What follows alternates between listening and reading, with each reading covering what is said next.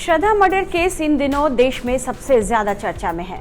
इस मामले में हर रोज नए नए खुलासे हो रहे हैं। श्रद्धा को मारने वाला आफताब उसके साथ किस तरह की हैवानियत कर रहा था, श्रद्धा के व्हाट्सएप चैट से इसका खुलासा हुआ है। श्रद्धा और उसके पूर्व टीम लीडर के बीच चैट में श्रद्धा ने कहा था कि आफताब ने मुझे इस कदर मारा है कि मैं उठ नहीं सकती, इसलिए काम पर नहीं आऊंगी।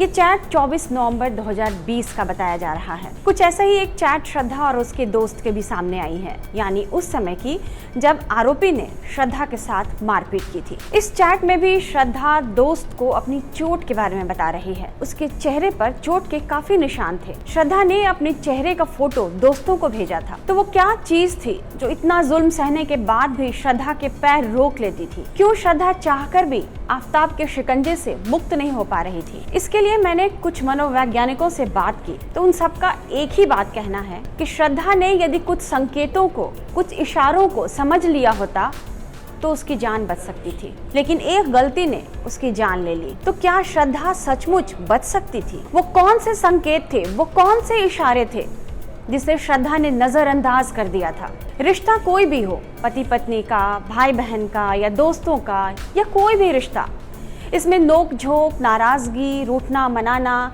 या छोटे मोटे झगड़े होते रहते हैं। लेकिन यदि कोई आपको अक्सर मारने पीटने लगे, किसी हथियार या कोई भी सामान उठाकर आप पर हमला करे या अक्सर हिंसात्मक व्यवहार करे, तो यहीं पर सतर्क होना चाहिए, सचेत हो जाना चाहिए। मनोवैज्ञानिकों का कहना है कि बार बार होने वाली मारपीट इस बात की तरफ इशारा करती है कि सामने वाला शख्स जब गुस्से में आएगा तो आपके साथ कुछ भी कर सकता है, आपकी जान खतरे में है। इस बात को समय रहते समझ लेना चाहिए कि मामला कितना गंभीर है। श्रद्धा के मामले में पुलिस की जांच में ये बात सामने आई है कि पिछले 3 साल के रिलेशन में दोनों के बीच खूब लड़ाई होती थी। यहाँ तक कि आफताब श्रद्धा पर हाथ उठाता था, उसे मारता पीटता था।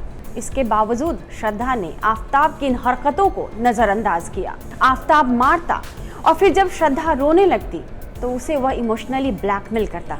मनोवैज्ञानिकों के मुताबिक ऐसी स्थिति को भांपते ही लोगों को अपने परिवार या किसी करीबी से इस बात को शेयर करना चाहिए, उन्हें इसके बारे में बताना चाहिए, और तो भी कोई हल ना निकले तो कानूनी मदद तो जरूर लेनी चाहिए। हालांकि श्रद्धा के मामले में एक बात थी कि वो अपने दोस्तों से इस बात को शेयर किया करती थी, लेकिन वो इस मामले की गंभीरता को नजरअंदाज करती रही और इस रिश्ते से निकलने की हिम्मत नहीं कर पाई थी, ना पुलिस को बता पाई थी। श्रद्धा मर्डर केस ने अपने ही घर, अपने ही साथी से बढ़ते हिंसा के खतरे को सामने ला दिया है। विभिन्न आंकड़ों से पता चलता है कि महिलाओं पर हिंसा के मामले बढ़े हैं। महिलाओं के साथ होने वाली हिंसा कितनी भयावह है, आइए आपको कुछ आंकड़ों से समझाते हैं। राष्ट्रीय परिवार स्वास्थ्य सर्वेक्षण 5 की रिपोर्ट के अनुसार देश में कम उम्र से ही बच्चियां हिंसा का शिकार होने लगती हैं। 18 से 49 आयु वर्ग की महिलाओं के बीच किए गए इस सर्वे के अनुसार 2019-21 के दौरान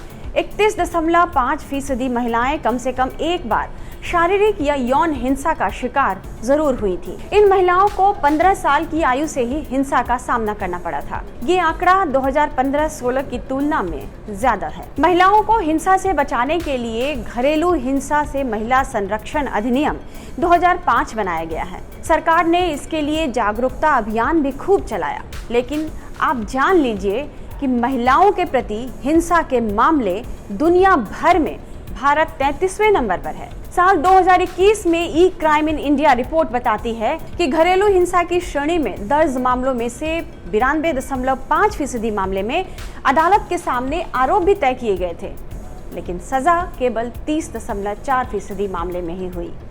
जब सजा की रफ्तार ही धीमी हो तो घरेलू हिंसा करने वालों का या जो महिलाओं के साथ मारपीट करते हैं उनका साहस और बढ़ जाता है। अपनी बात खत्म करने से पहले इतना जरूर जोड़ना चाहती हूँ कि जब श्रद्धा ने आफताब के साथ रहने का फैसला किया तो उसके पिता ने उसे रोकने की कोशिश की थी। इस पर श्रद्धा का जवाब था, मैं 25 साल की हो गई हूँ, अपनी जिंदगी का फैसला कर सकती हूँ, अब मैं आपकी बेटी नहीं। काश अपनी जिंदगी का फैसला कर सकती हूँ बात का सही मतलब श्रद्धा ने समझा होता। उसे तो जिंदगी का फैसला करना था, मौत का तो नहीं।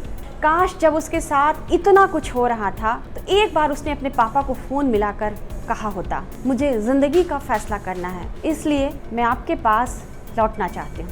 ये वीडियो का मुद्दा कितना गंभीर था आप समझ गए होंगे।